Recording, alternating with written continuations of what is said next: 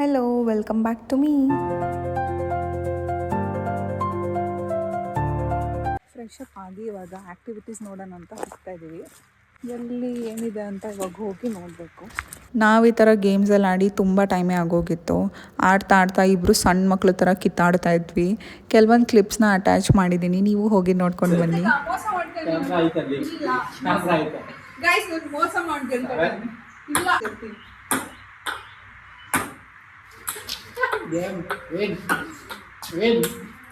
ನಾನು ಗೆದ್ದಿದ್ದೀನಿ ಅಂತ ಹೇಳೋಕ್ಕಾಗಲ್ಲ, ಸೋತ್ಬಿಟ್ಟಿದ್ದೀನಿ. ಇನ್ನೂ ಪಕ್ಕದಲ್ಲಿ ಗೆಲ್ತೀನಿ ಅಷ್ಟೇ. ಬನ್ನಿ ನೋಡುವ ಬೇರೆ ಗೇಮ್ಸ್ ಯಾವುದಾದಿದೆ ಅಂತ. ಈಗ ಹೊಡಿತಿದ್ದಾರೆ ಸಂತೋಷ್ ಅವರು. 1, 2, 3 ಗೋಲ್ ರೀಚ್ ಆಗ್ತಾರ ಅಂತ ಆಗಲಿಲ್ಲ. Thank you baby. So I am the winner. ಅದು ಇದು ಆಡೋದಲ್ಲಮ್ಮ, ಇದ್ರಲ್ಲಿ ಗೆಲ್ಬೇಕಿತ್ತು. ಆಮೇಲೆ ಹೋಗ್ತಾ ಇದ್ದೆ. ಹೊಡಿತೀಯ ನಿಜವಾಗ್ಲೂ?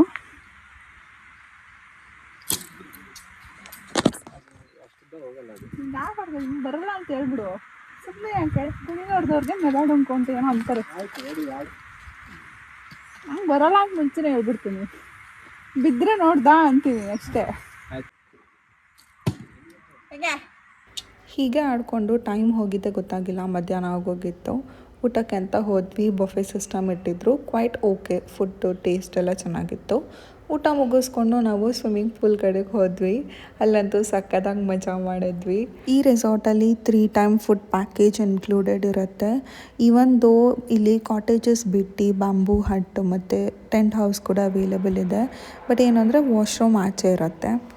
ಆ್ಯಂಡ್ ಈವ್ನಿಂಗ್ ಸ್ನ್ಯಾಕ್ಸ್ ಕೊಡ್ತಾರೆ, ಅದೂ ಟೇಸ್ಟ್ ಚೆನ್ನಾಗೇ ಇತ್ತು. ಸೊ ನಾವು ತಿನ್ಕೊಂಡು ನೆಕ್ಸ್ಟು ರೋಪ್ ಆ್ಯಕ್ಟಿವಿಟೀಸ್ ನೋಡೋಣ ಅಂತ ಹೊರಟ್ವಿ. ನಮ್ದೊಂದು ಚಿಕ್ಕ ಮಗು ಕೂತಿದ್ದೆ ಅಲ್ಲಿ, ಜೋಕಾಲಿ ಆಡ್ತಿದ್ದೆ ನಾನು. ಏನು ಆಟ ಅದು? ಬಾತುಕೋಲಿ ಬಿದ್ದೋದು. ಆ್ಯಂಡ್ ನಾನಿಲ್ಲಿ ಜೋಕಾಲಿ ಆಡ್ತಾ ಇದ್ದೀನಿ. ಸಣ್ಣ ಮಕ್ಕಳು ಗೇಮ್ಸ್ ಎಲ್ಲ ಆಡಿಕೊಂಡು ಕಾಮಿಡಿ ಮಾಡ್ಕೊಂಡು ಕೂತಿದ್ವಿ. ಒಂಥರ ಮೀ ಟೈಮ್ ಚೆನ್ನಾಗಿತ್ತು ನಮಗೆ. ನಿಮಗೂ ಈ ಬ್ಯಾಂಗ್ಳೂರ್ ಟ್ರಾಫಿಕ್ ಎಲ್ಲ ಬಿಟ್ಟು ಸಪ್ರೇಟಾಗಿ ಫ್ಯಾಮಿಲಿ ಜೊತೆ ಟೈಮ್ ಸ್ಪೆಂಡ್ ಮಾಡಬೇಕು ಅಂತಂದರೆ you can go for this. ಇವತ್ತೇ ಹೊಡಿತೀನಿ. ಹೋಯ್ತು. ಇಷ್ಟೇ ಅಲ್ಲ, ಇನ್ನು ತುಂಬ ಗೇಮ್ಸ್ಗಳಿದ್ದಾವೆ. ನಾನು ಎಲ್ಲದೂ ಹಾಕ್ತಾಯಿಲ್ಲ, ವೀಡಿಯೋ ಫುಲ್ ಲೆಂತ್ ಆಗಿಬಿಡುತ್ತೆ ಅಂತ. ಸಣ್ಣ ಮಕ್ಳಿಗೆಲ್ಲ ತುಂಬ ಚೆನ್ನಾಗಿ ಅನಿಸುತ್ತೆ ಆಟಾಡೋದಕ್ಕೆ, ಬಿಕಾಸ್ ನಾವೇ ಸಣ್ಣವ್ರ ಥರ ಆಡ್ತಾಯಿದ್ವಿ. ಆಲ್ಮೋಸ್ಟ್ ಸಂಜೆವರೆಗೂ ಆಡ್ಕೊಂಡೇ ಇದ್ವಿ. ಆ್ಯಂಡ್ ಅಲ್ಲಿ ಕ್ಯಾಂಪ್ ಫೈರ್ ಹಾಕಿದ್ರು. ಅಲ್ಲಿ ಹೋಗಿ ಮ್ಯೂಸಿಕ್ ಜೊತೆ ತಿನ್ಕೊಂಡು ಸಖತ್ತಾಗಿತ್ತು. ನಾವು ಯಾವ ಸಾಂಗ್ ರಿಕ್ವೆಸ್ಟ್ ಮಾಡ್ತೀವಿ ಅದನ್ನೇ ಹಾಕ್ತಾಯಿದ್ರು.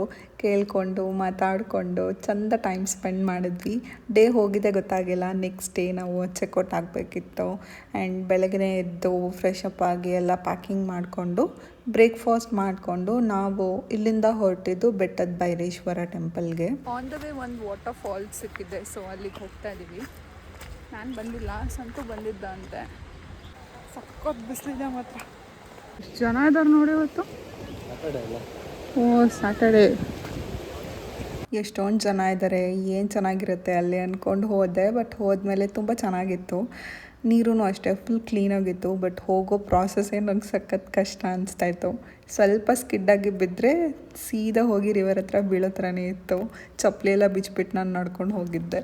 ಅಷ್ಟೆಲ್ಲ ಕಷ್ಟಪಟ್ಟು ಹೋಗಿದ್ದಕ್ಕೂ ವರ್ತ್ ಅಂತ ಅನಿಸ್ತು. ಇದಾದಮೇಲೆ ಮತ್ತೆ ನಮ್ಮ ಜರ್ನಿನ ಕಂಟಿನ್ಯೂ ಮಾಡಿದ್ವಿ. ಬಟ್ ಟಫ್ ಲಕ್, ಸಖತ್ ಟ್ರಾಫಿಕ್ ಇತ್ತು. ಏನು ಗೊತ್ತಾ, ಇಲ್ಲಿ ತುಂಬ ಟ್ರಾಫಿಕ್ ಆಗಿತ್ತು. ಏನು ಅಂತ ಕೇಳಿದ್ದಕ್ಕೆ ಮುಂದೆ ರೋಡ್ ಮಾಡ್ತಿದ್ದಾರಂತೆ. ಸೊ ಹತ್ತತ್ರ 2.5 ಕಿಲೋಮೀಟರ್ ಇವಾಗ ನಡ್ಕೊಂಡು ಹೋಗಬೇಕು. ಛತ್ರಿ ಇರೋದಕ್ಕೆ ಸ್ವಲ್ಪ ಪರವಾಗಿಲ್ಲ. ಹೀಲ್ಸ್ ಹಾಕ್ಕೊಂಡು ನಡೆಯೋಕ್ಕಾಗ್ತಿಲ್ಲ. ನಂಗೆ ಏನಾದರೂ ಆಗಲ್ಲ ಅಂದರೆ ನಾನು ಚಿನ್ನಿ ಎತ್ಕೊಂಡು ಹೋಗ್ತೇನೆ. ಈ 70 ಸಾಕಾಗೋಯ್ತು. ಇನ್ನು ಇಷ್ಟು ಹತ್ತೋದಿದೆ. ಐ ಥಿಂಕ್ ಇನ್ನು 1 ಕಿಲೋಮೀಟರ್ ಹತ್ತೋದಿದೆ. ಸುಸ್ತಾಗ್ಬಿಡಿದೆ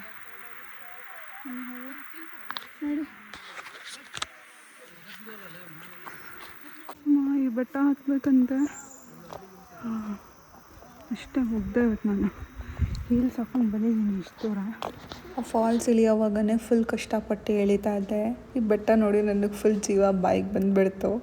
ಬಟ್ ಅವನು ಇಲ್ಲ ಬಾ ಬಾ ಅಂತ ಹೇಳಿ ಕರ್ಕೊಂಡು ಹೋದ. ಹತ್ತೋವರೆಗೂ ತುಂಬ ಕಷ್ಟ ಅನಿಸ್ತಾಯಿತ್ತು. ಅಲ್ಲಿ ಹೋಗಿ ಅದನ್ನೆಲ್ಲ ಟೆಂಪಲ್ಲು ಮತ್ತು ಆ ನೇಚರೆಲ್ಲ ನೋಡಿದ್ಮೇಲೆ ಸಮಾಧಾನ ಆಯಿತು. ಅಷ್ಟು ಬಿಸಿಲಿದ್ರೂ ತುಂಬ ಚೆನ್ನಾಗಿ ಗಾಳಿ ಬೀಸ್ತಾಯಿತ್ತು. ಲವ್ ಮಾಕ್ಟೈಲ್ ಮೂವಿ ಬಂದಮೇಲೆ ಈ ಟೆಂಪಲ್ಗೆ ಇನ್ನೂ ಜಾಸ್ತಿ ಕ್ರೇಜ್ ಬಂದುಬಿಡಿದೆ ಅನಿಸುತ್ತೆ. ಸುತ್ತ ಬರೀ ವೀಡಿಯೋಸ್ ಫೋಟೋಸ್ ತೊಗೊಳ್ಳೋರೇ ಇದ್ದರು. ನಾನು ಒಂದೆರಡು ಕ್ಲಿಪ್ ತೊಗೊಂಡು ಬಂದುಬಿಟ್ಟೆ. So we are going back. ಲೈಫಲ್ಲಿ ತುಂಬ ಸ್ಟ್ರೆಸ್ ಇದೆ, ಇಲ್ಲ ಬೆಂಗಳೂರು ಟ್ರಾಫಿಕ್ ಸಾಕು ಅನಿಸ್ಬಿಟ್ಟಿದೆ ಅಂತ ನೇಚರ್ ಕಡೆಗೆ ಬರ್ತೀವಿ. ಬಟ್ ನಮ್ಗೆ ಅವಾಗೇ ಗೊತ್ತಾಗೋದು ನಮ್ಮ ಹೆಲ್ತ್ ಕಂಡೀಷನ್ ಹೇಗಿದೆ ಅಂತ. So take care of your health. I'll see you in the next vlog. Until then, miss me. Bye bye.